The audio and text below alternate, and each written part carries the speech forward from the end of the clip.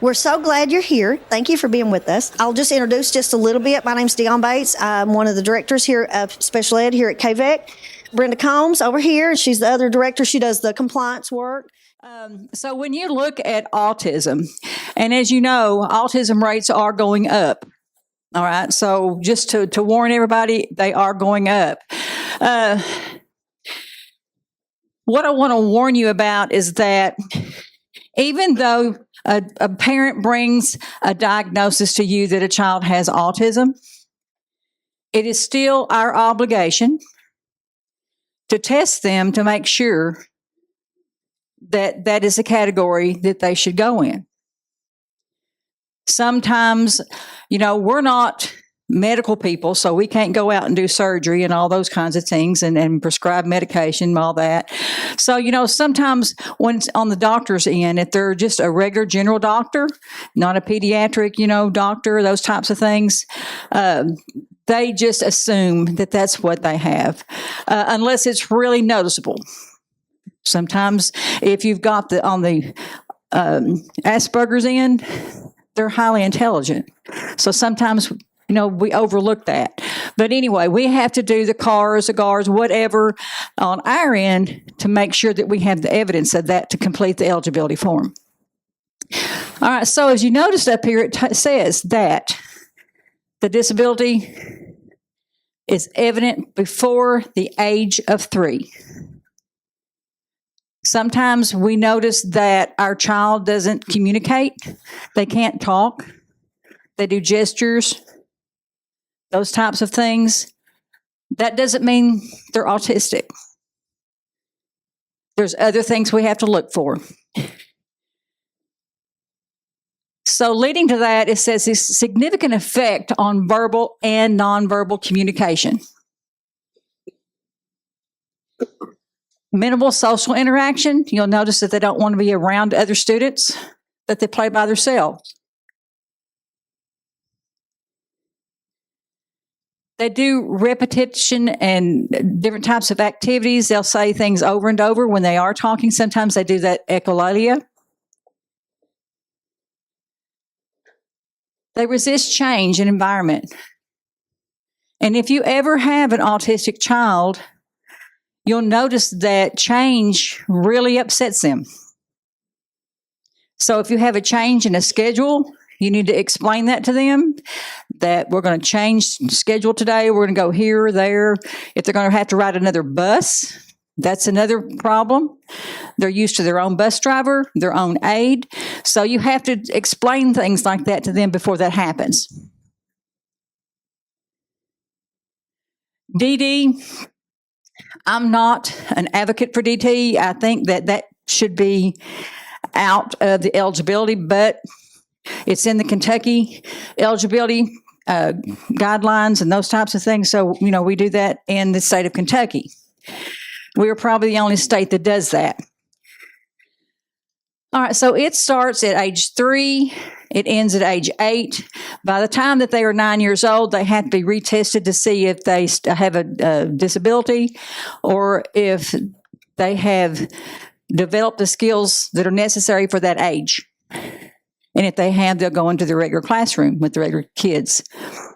What we have found is that in our area, those children that are placed in DD, they become a disability at age 9. Not to reflect on any kind of regular education teacher, but they have a mindset of when a child has a disability that they're our kids. They're not theirs. The law says they're regular education students. We provide them a service. But because they had that label, it's like, okay, honey, you can go down here to Miss Combs's room right now, and she'll teach you your math or reading or whatever. We can't do those types of things. They have to get that instruction in that classroom. We are the SDI specialist, which means when we're co-teaching, we can work with any kid, not just special ed. So we have to watch, and we have to think and try to help and be beneficial.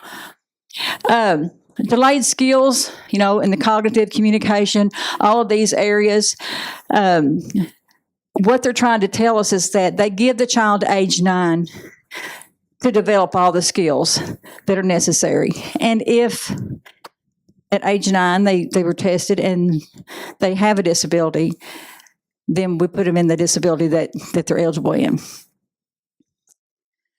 All right, so DD. You have to have a scores of 2 standard deviations below the mean in 1 or more area, or the scores of 1.5 standard deviations below the mean, or 2 or more areas. So, we have to have those in order for them to be DD. You have your FMD, and I'm going to say this first before I even forget it. Like I told you, I'm getting old. But FMD, sometimes when we go out and we do record reviews, we find that some of our students have a disability eligibility category of FMD, and sometimes they're autistic. They have a diagnosis of autism. So be sure that just because they're in an FMD unit, don't mean we have to put them in an FMD eligibility. Make sure you put them in the correct category. So that's autism and FMD. So just make sure of that. FMD, you're looking at a score of 55 or below. You have an adaptive behavior the same, 55 or below. You have deficits in academic performance, and I probably should say severe deficits in academic performance. And they need help with self-help skills, daily living skills, those types of things. Intermediate supports for transition and schedule changes.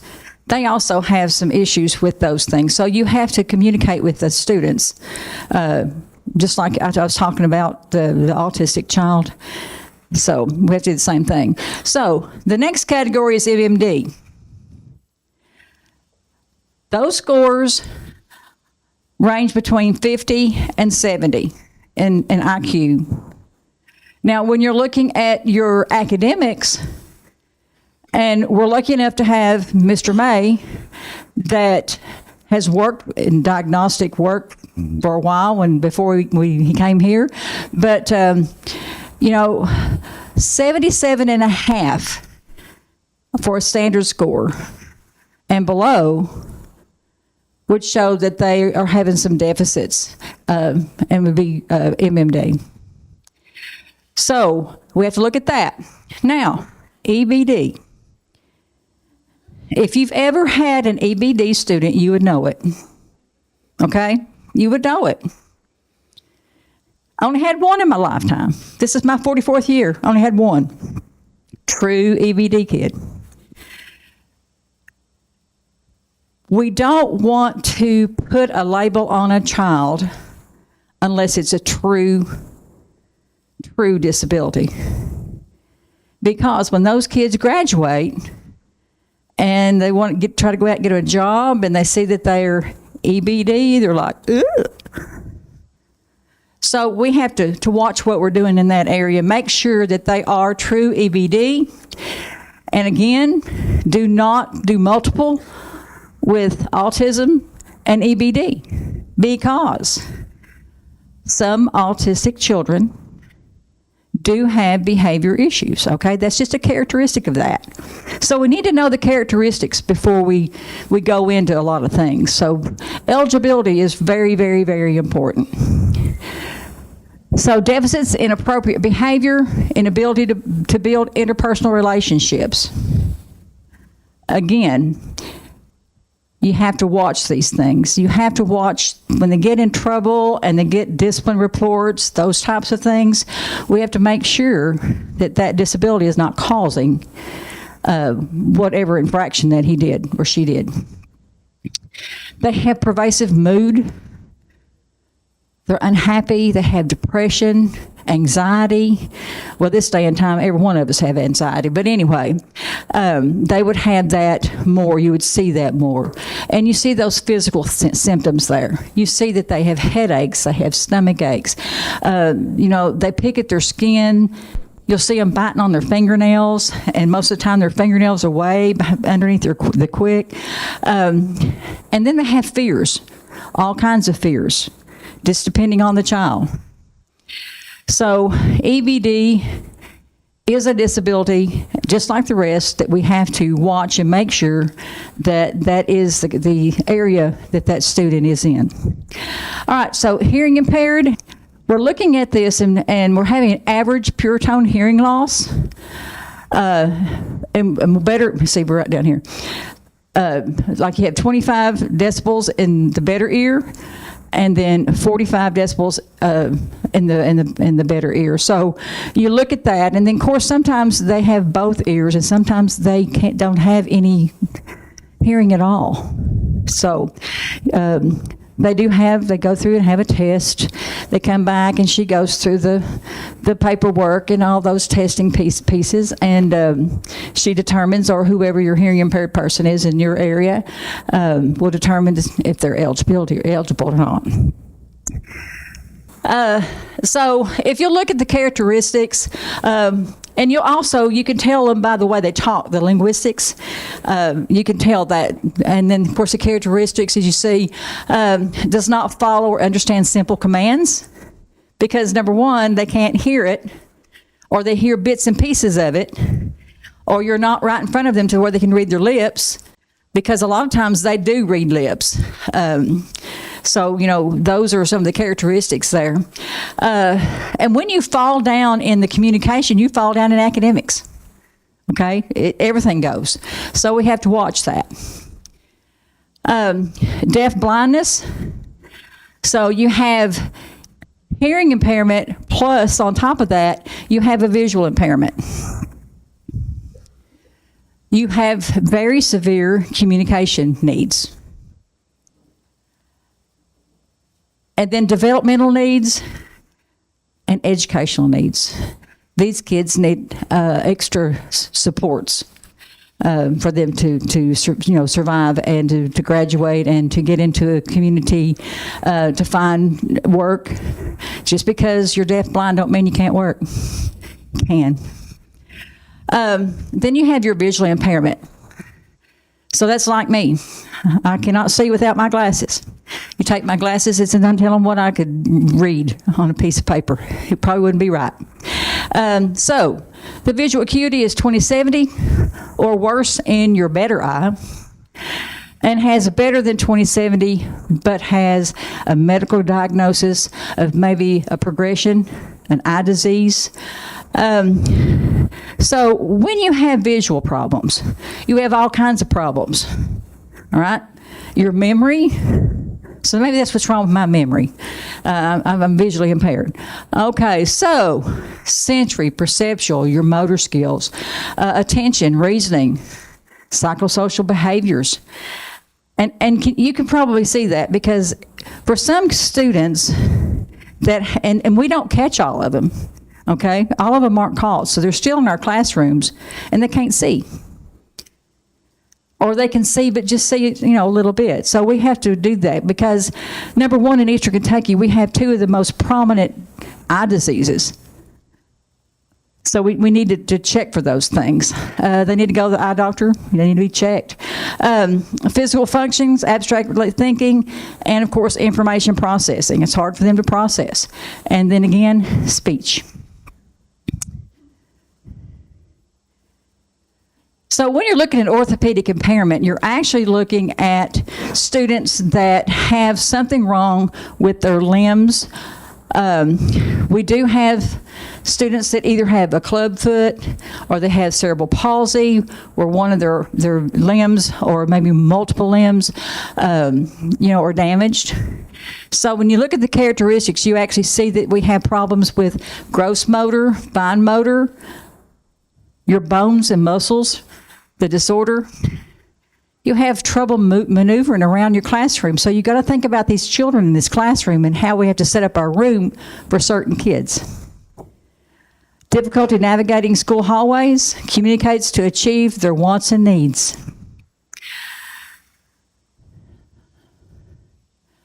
So we kind of looked at multiple disability earlier when I was talking about putting in autism and EBD, because we can't do that. That just does not go well together. Multiple disabilities or a combination of two or more disabilities. And the way that we try to teach that is that if it's a different teacher, okay, that has to teach a skill, then they're multiple. So you're looking at like a physical, you're looking at HI, you're looking at VI. You're looking at those pieces. And that's how you look, and they're multiple. When you're looking at the other health impairment, and this is one we need to look at carefully. Very carefully.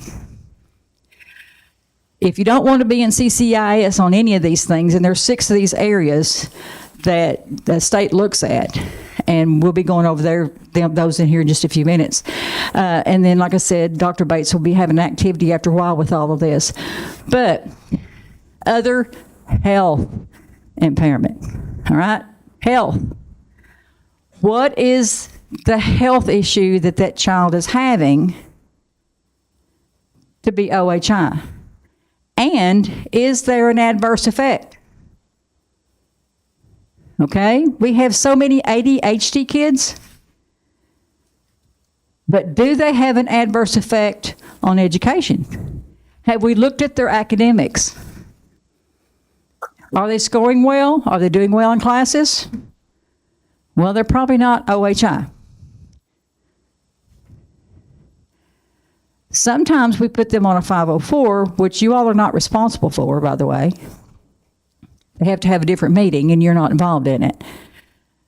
If they need some kind of accommodations.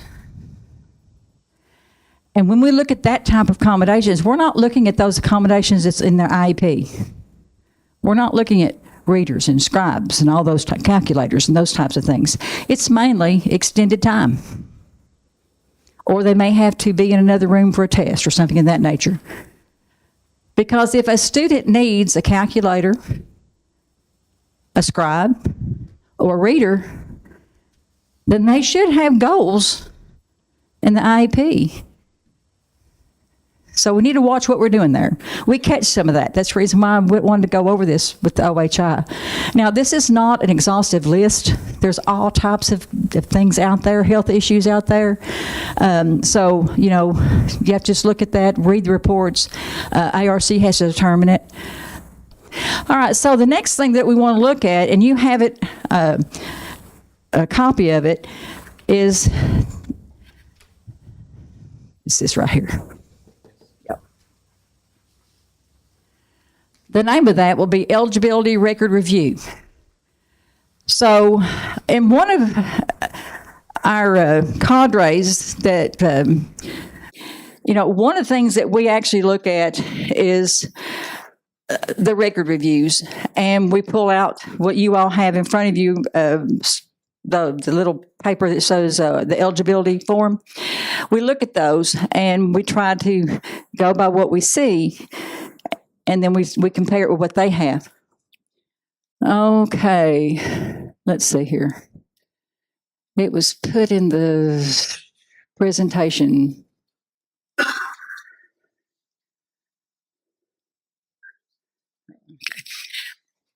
All right, so I'm not going to go over all of these, but you have those just in case you want to look at them later on. And this comes from the State Department, so it's on the State Department webpage. You can download that and see that.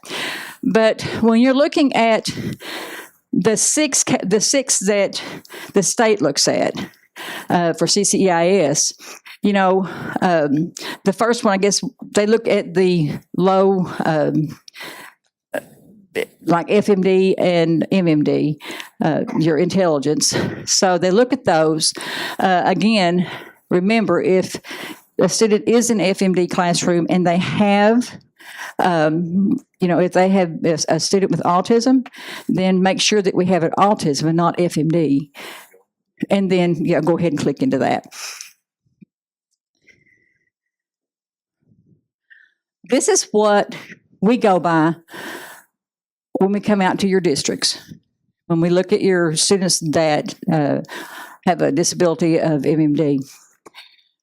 So if you'll notice, the first one is the ARC documented evidence showing the student's cognitive functioning is at least 2 standard deviations below the mean, but not more than 3 standard deviations below the mean. The ARC documented evidence showing the student's adaptive behavior is at least 2 standards below the mean. And for reevaluation purposes, you need to see this. It is not necessary to continue to meet the 2 standard deviations deficit. Why? Because we are teaching. Because if you have an MMD disability, we have to have an adaptive behavior goal. We are teaching the skills that they need. So that should help them increase scores in that area. So, that's one reason why. All right, so the next one is ARC documented evidence showing the severe deficits in the overall academics. And what did I tell you all the score was for academics? Oops, you all failed the test. 77.5 or below. Okay. When you're looking at that, when you're looking at academic scores, like you got your Wyatt, or some people use the Kaufman, KTEA. Those are the score sets. You want to look to see, is there an overall? It doesn't say you have to have a particular score. And what Brenda's alluding to is the 77.5 is 1.5 standard deviations below the mean. So you're wanting to see if those areas are all below that in reading, writing, and mathematics, so that confirms that the student's having problems across the board. Okay, and then when you look at an intellectual disability, whether it be FMD or MMD, it's very important that you have the ability to look into that psychological and make sense of what verbal comprehension index means and what processing speed means and how that manifests itself in educational performance. Because we do eligibility, and Brenda's doing a great job going over all this. We do eligibility for eligibility, but we also do evaluation for programming. So you really, as special education teachers, need to take a look at all the data and then say, how does that manifest itself in co-teaching? Can we meet the needs in co-teaching? So really thinking about, and going back to that 77.5, that's what the psychological manual, the DSM-5, considers significantly and consistently below peers. When you have a score in that range, it's significant, okay? And that causes adverse effect, and that causes the need for specially designed instruction. So make sure that you're thinking about those things, and that when you have an MMD student, you've got a couple things to hit. One, you got to make sure that you understand the general intelligence piece, and we're going to talk about that in the present level development. And then also that you can make sense of those and how they manifest themselves in the classroom. Okay? So if a kid has a working memory issue, what does that mean? And how's that look? How's that look in the classroom? And how are we going to plan for programming? Because the idea is very clear that no matter the disability category, we have to meet the needs of the student. And we have to evaluate all the needs of the student. So I just want to throw that in there just real quick. And I'll turn it back to Brenda. Okay, and that was really good. It is. And I didn't want to step on his toes because I knew he was going to do the present levels later, and I knew some of this is going to be in there, so I'm trying to just hit some of the things that we do. And he already talked quite a bit about some of this stuff here. So if you look at MMD2, the ARC documented and reviewed an analysis of the evaluation. Don't copy and paste the evaluation in there. Summarize it. evaluate that. The ARC has to look at that. They have to look at all the data, and you've all already heard the word triangulation of data. Johnny Collette, that was his word when he was at the State Department. But that's really, he's telling the truth. That's what we need to be doing. Describe the unique differences between the students that warrant specially designed instruction. Draw upon information from a variety of sources. Triangulation of data. And ensure the information obtained from these sources are carefully considered. Remember, we're talking about a child's disability. We have to do this with fidelity. So when we look at the next one, it's talking about documenting and reviewing, of course, the analysis of the lack of instruction. Now, I've had a teacher bawl me out before about this lack of instruction that's on that paper. The lack of instruction is not that the teacher is not teaching it, it's the child's not there to get the information. It's attendance. It's an attendance issue, okay? So make sure if you do that and you have to mark that box because of attendance, then, they may jump at you if they're when they're in the ARC meeting with you, because you have to have a regular ed teacher there.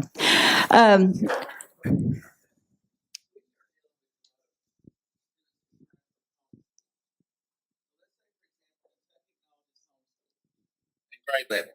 So do we deem that as a lack of instruction if they've been on homeschool? Did y'all hear his question? He was talking about homeschooling children and they come back to us. Well, this is a very, very good question, and we have had that in our region here lately.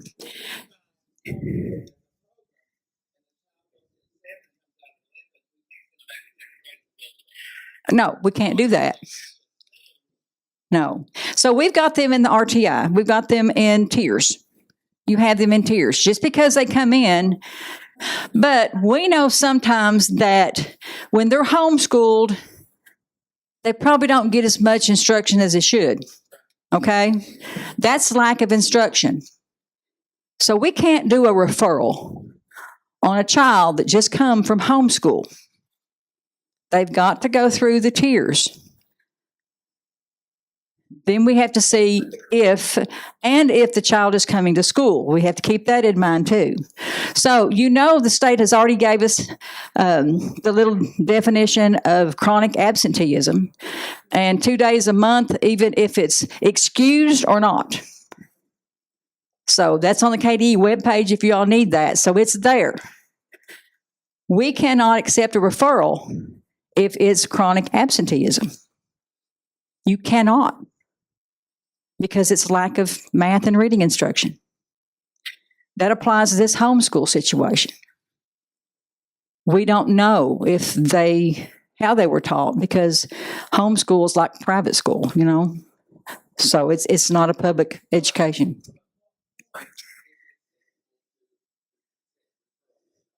Well, when they go through the tiers, we have to make sure they're going through the tiers and that they are coming to school. Then the teachers can get together and discuss how that child is doing in their classroom.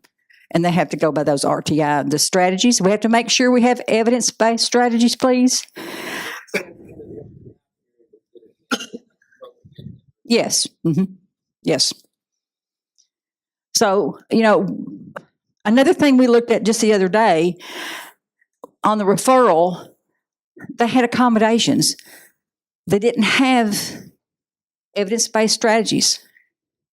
So we need to make sure that you all understand what those evidence-based strategies are. Every child's different, so you have to, if one thing don't work, then you need to go to something else, but you have to give it time to work too. We need to make sure that we're looking at all of these. See, and if you'll notice, we have attendance records here.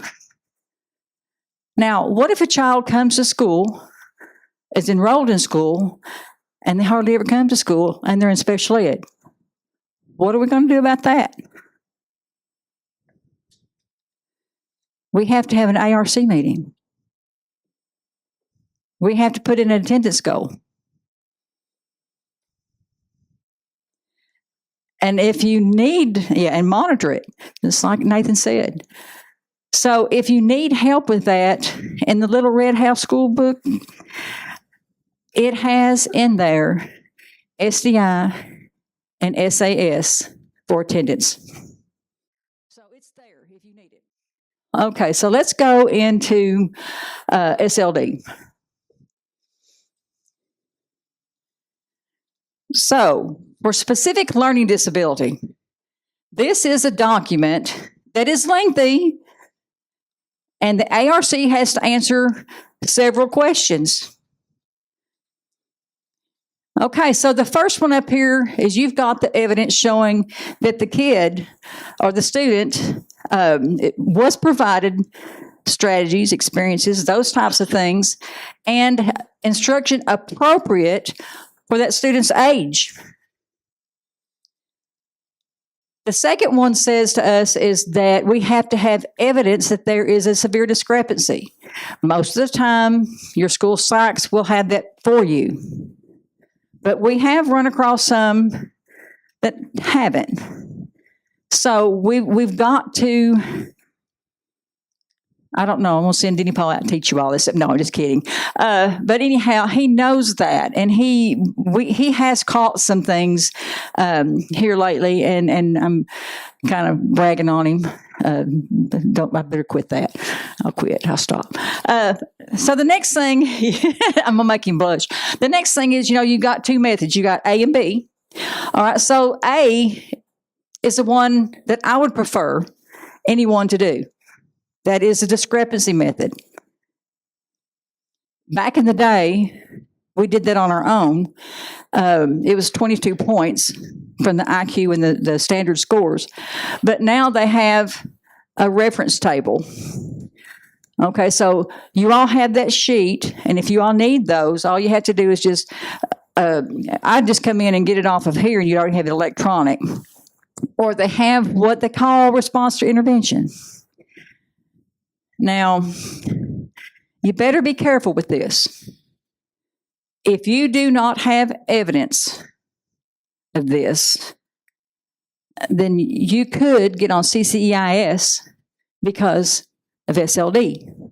And we've had a district to do that. And they had to test every one of their SLD students, okay? So we have to make sure that we watch what we're doing here. And we make sure that we're doing those scientific, evidence-based strategies. And I know you want to talk about this. Well, since 1990, IDEA law has been pretty clear that we should, to as much as is possible, our SDI and the teaching in the co-teaching setting or in the resource room should have a research base to it. Okay, so you show me a district where there's pushback because you didn't find a kid eligible under the discrepancy table, and I'll show you a district that probably still is in the infancy stages of developing their RTI MTSS programs.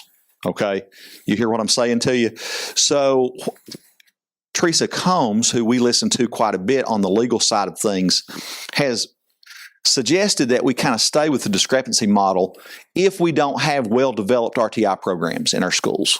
Okay, and that's an issue. Okay, one of the other things I want to talk to you about is these SLD reference tables. Now, you guys as teachers depend on folks like, what's your all's, Liz Doyle? Liz Doyle does some for you, and then you have some psychologists. Brandon, who does the majority of your psychological work up there? Well, no, I mean, who does it? Yes. So it depends on what district you're in as to whether or not you have a psychologist that's doing their deal, right? And so, and I like what Brandon said. I didn't mean to cut you off. I like what you said because it's very super important as a teacher that you look at that report, and you may have tables in there, okay? But in the last few years, I've discovered some psychologicals where there's really some mistakes, okay? Because what we have is shortages everywhere, okay? I'm not blaming the psychological community. I'm on the psych cadre between KVEC and KEDC. we meet with those people. They're very bright, intelligent people, but they're overworked, okay? And you get psychologicals on one wheel, okay? You get evaluation reports. You know what I'm talking about, Nathan. You get those late. You have to slow the process down if you can, if you can afford to slow it down just a bit, and look deeply into those things and make sure there's not mistakes in them, okay? You make, for example, I'm going to tell you what. This right here says the ARC must use the SLD reference table. Okay? That's on the KDE website. On the KDE website, you can only compare for discrepancy model, you can only compare certain things. Certain achievement tests compare to certain cognitive tests. Are you following me? The WISC only goes with the Wyatt or the Kaufman. All right? Now, the WISC 5 now has a stipulation in it whereby for SLD determination, we're not allowed to use the General Ability Index. I hope you're aware of that. So you cannot apply the General Ability Index where that sometimes will elevate that IQ score.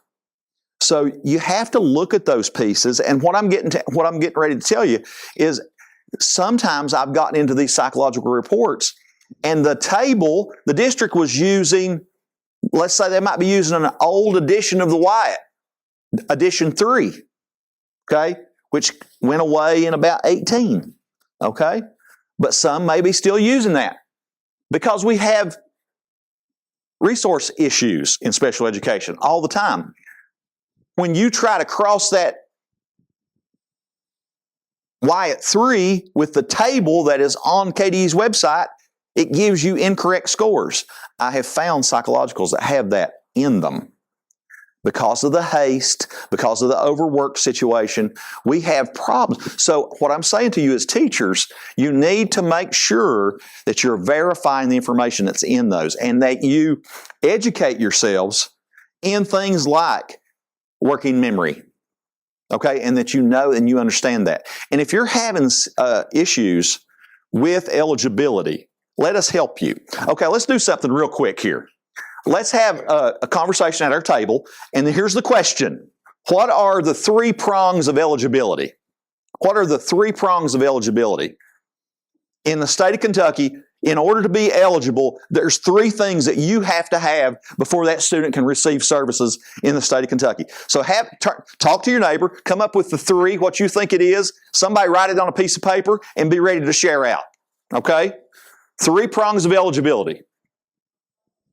I'm just talking about in general. What 3 questions must you answer in order to say a kid's eligible? Okay, let's bring it together. You want to help us out here? What did you guys think back here at the Letcher County table? We've got presence of a disability, an adverse impact, and a deficit, or a need for a specially designed instruction. Did you all hear that? So what Brandon's saying, I think I hear him saying, is you have to meet all those pieces on the eligibility form, and all those questions have to be answered yes, but there's more work to be done. There's a larger picture. Do you let one score keep a kid from being eligible? Shouldn't, should you? No, you shouldn't. You should look at a holistic approach to it, okay? That's a real controversial issue in eligibility. And let me tell you this, eligibility is super, super important, okay? Just think if it was your child sitting across the table and you were developing eligibility the first time for that student and how different that is for that kid as they go through school. Not to say that it's bad, because we do great jobs with our kids, okay? If they need it, we need to give it to them, right? It needs to be like baby bear's porridge. It needs to be just right. Not too hot, not too cold. Not eligible, don't need it, don't further enable them to look for crutches, okay? So what are the 3 prongs? 1, you got to meet the eligibility on the eligibility form. You got to meet the criteria. And then within that criteria, you have to establish what? Adverse effect, right? What from the disability? How does the disability impact this student so that their performance is third significantly below same age peers. 77.5 comes out in achievement scores sometimes, but there's also those other pieces of information that we look at. How's the kid doing on this test? How's the kid doing formative assessment? You know if the kid's getting it or not, but you've got to be able to show it. In order for eligibility, you got to be on safe legal ground. So 3 prongs. 3 prongs. 1, you got to do all the eligibility form. 2, you've got to develop an adverse effect and say that that adverse effect is severe enough that the student is only going to benefit and make reasonable progress when they receive it. Specially designed instruction. Now, who does specially designed instruction? Who does it? Who does that? Special ed teachers do that first, right? It's okay for the general ed in a co-taught setting to support that or reteach that, but as a special ed teacher, you're supposed to be doing things that are different than the core instruction. And that's the hard part, right? That's the hard part. So the 3 prongs of eligibility, again, you've got to make sure that because what happens if you go through and you identify a student and they meet all the eligibility on the eligibility form? They've got a doctor's note. You've got some maybe some behavioral observations, but then we don't have the data that shows that that student is significantly behind. So what is that student when that happens? We don't have the data to support that student needs specially designed instruction. They just need accommodations to get along. What is that student? Oh, yeah, you guys are getting it. You're getting it. You're getting it. So that's eligibility, right? That's eligibility. And so let me reemphasize the fidelity measures that you need to take around eligibility are great. Okay? They're super great. All right? So make sure that if you have questions that you ask, like if you're working in Floyd County, you need to call Jen, right? You need to call Jen and say, hey, let's talk through this. Don't be the lone wolf out there, okay? Let's make sure that these kids are eligible before we put them in the program. Now, some of you are high school teachers. Eligibility's been long established. Let me tell you that if you're doing record review as an evaluation method, you're on shaky legal ground. I'm going to tell you that. And that's not Denny Paul May talking. That's David Bateman and Mitchell Yale and folks like that. Julie Weatherly. That's where we're hearing those because the litigation is getting thick around improper evaluation. Okay? Super important. I'm going to turn it back to Brenda, okay? 3rd prong. One more time. You got to meet all the criteria on the eligibility form. You got to have an adverse effect that requires, then the 3rd piece is that the student's only going to make progress if they get specially designed instruction. They have to need specially designed instruction. Okay, those are your 3 pieces. And you'll have some kids that you can give accommodations to, and they don't need any specially designed instruction. You hand them a graphic organizer, they use it. That's an accommodation. You give them some extended time, man, they get right on with it, right? And they're making reasonable progress, and they're matriculating from grade to grade, and they're making good grades or average grades, then that's fine, right? That's a 504 kid. It's only when that kid needs something more. And if you're working with FMD students, it's when that student needs all of those things and even more. Okay? So be sure that you're in tune with that. And I'm running way too far. I'm sorry, Brenda. No, you're fine.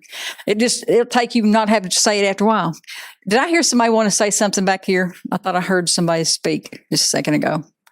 Okay. Well, okay, so that was the main one that I really wanted for you all to look at. And okay, so I was telling you about OHI. So I wanted you to look at this. This is part of present levels. I don't know if you realize that or not, but there's certain things in here you have in there.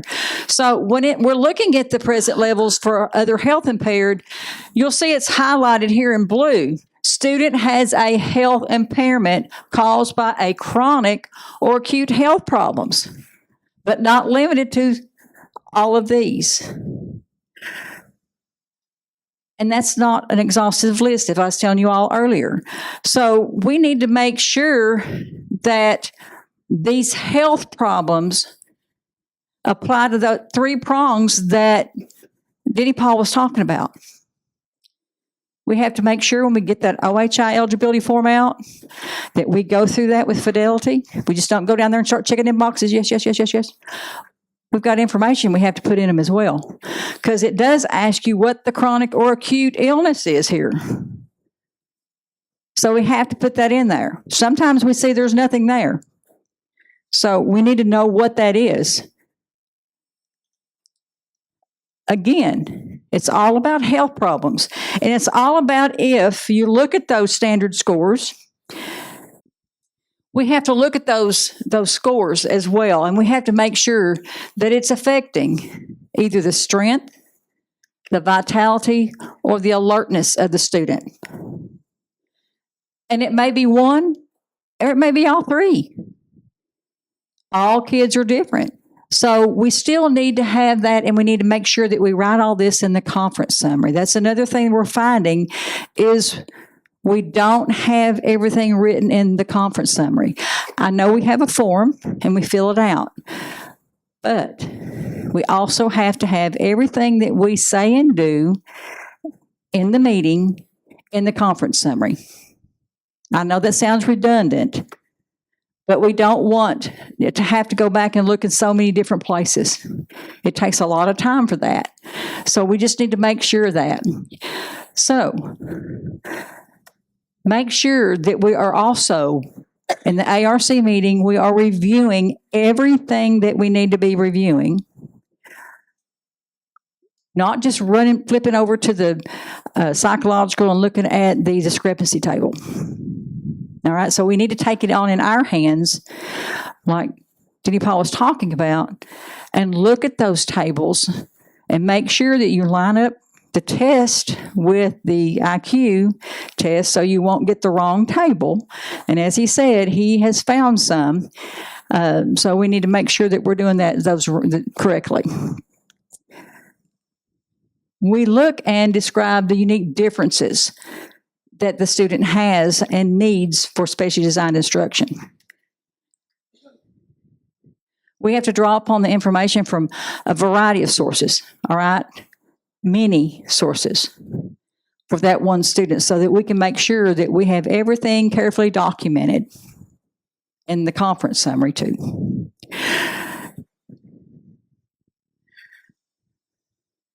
Okay, so we go on down. Again, on all of these, you will notice it has lack of reading and math instruction. All of them have that. So, we have to make sure about attendance.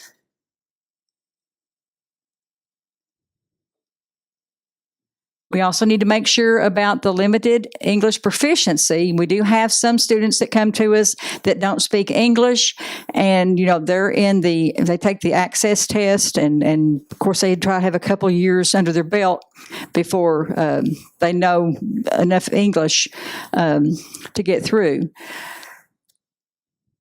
We need to make sure also that we give the parents a copy of the IEP, the conference summary, and the evaluation report. It's good that they get that evaluation report prior to coming to the meeting. Send it home with the parental rights. That way they will have both of those. And while she's talking about that, is that eligibility forms are not being completed. And if they are being completed, it's just a recapitulation of the scores. We're just copying the scores over, right? We know what the scores are. You're supposed to have a discussion in that ARC that triangulates all of that data. Talk about the behavioral observation. You have to make the qualitative data make your argument for eligibility richer. Okay? You have to incorporate the real stuff. The things that you all know is important because you are the general education teacher who's worked with. Take those rating scales and inform your data. Okay, you got 3 prongs. You got to look at how students are performing on tests. You got to look at how they're doing how you're doing behavioral observations, and if there's any supporting evidence that goes in with that. You got to put all those three things together. It's super important that we package ARC meetings, because especially if you work at a high school, okay, a lot of times what happens with high school students, their parents don't come to the meetings. Okay, we've got to make sure that we have a process in place whereby we package those documents that Brenda's talking about, and that the parents receive those, whether they're there or not. You got to come up with a way to get those in those parents' hands. Okay, because what we're finding when we open your files is we'll find a conference summary with 2 signatures instead of 5. Or I say, give me your IEP that you just on your last meeting. Oh, I have to get that off the computer. What does that tell you? Somebody didn't have a meeting, or somebody didn't follow through and give the parent all the stuff that they're supposed to get. Those are legal issues that can get you in trouble. Okay, those cause legal problems for your district. So make sure that you're careful with that kind of thing. We have a big charge to be procedurally compliant. Okay, it's part of IDEA faith. So Preach it, brother. We do know that we have required people that have to be at the meeting. Those are your regular ed teacher, your special ed teacher, your chairperson. If they have related services, those people need to be there. Now, those people can be in attendance by telephone if they're somewhere else. They don't have to be present in there, but they need to be able to go over their stuff. Then, of course, we want the parent to be there because we want them to participate. Then, if you'll notice here, it says individual qualified to interpret results. Guess who that is? You. That's the reason why Denny Paul was talking about just a minute ago, that you all need to be aware of all these things and these tables for SLD, those types of things, because everybody looks at the special ed teacher as being the specialist for that.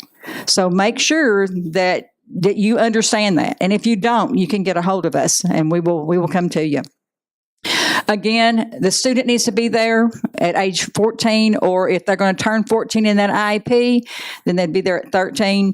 I already said the related service personnel. And then if you have any other individual that needs to be there, like an outside counselor or something of that nature, you can invite them as well. So I'm going to conclude that with that.